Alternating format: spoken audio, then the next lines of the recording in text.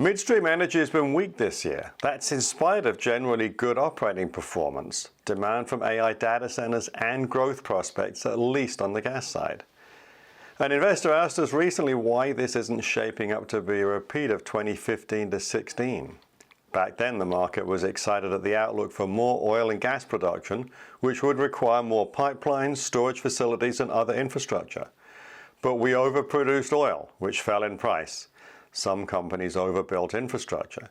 And from September 2014 to January 2016, the midstream sector fell by over half. Well, there are a lot of differences between that period a decade ago and today. First of all, leverage is down. Debt to earnings before interest, taxes, depreciation, amortization, or EBITDA used to run at a ratio of 4 to 5 times, in some cases higher. Today it's 3 to 3.5 times, which means that balance sheets are much stronger than back then. Another difference is that pipeline companies pay out much less of their profits nowadays, typically around half, whereas 90% was common back then. One way to look at this is that if the old payout ratios were still in effect, dividend yields would be over 10%. But today's companies are reinvesting back in their businesses instead of issuing equity to fund projects. This was common with the old general partner limited partner structure, which is now pretty much gone. There are more long-term contracts, which means visible cash flow and reduce the industry's dependence on production. And perhaps most crucially, today's growth is driven by increased demand. Data centers are expected to reach 12% of US power consumption in 3 years, and LNG exports are on track to double by 2030. A decade ago, it was supply push. Increased output by E&P companies was expected but didn't always materialize.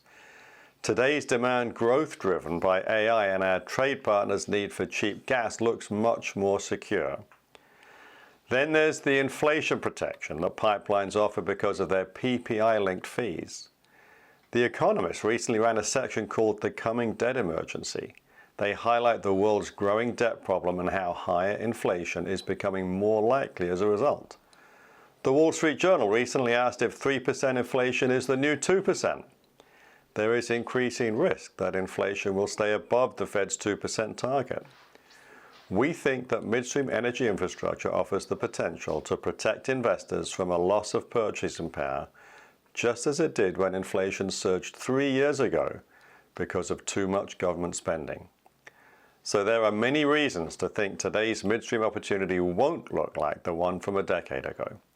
We think valuations are attractive, the sector is often overlooked, and the economic environment is shifting to one that will be good for pipelines. If you're interested in learning more about the energy sector and interest rates, then don't forget to subscribe and follow us on LinkedIn and Twitter. Our handles are in the description box below.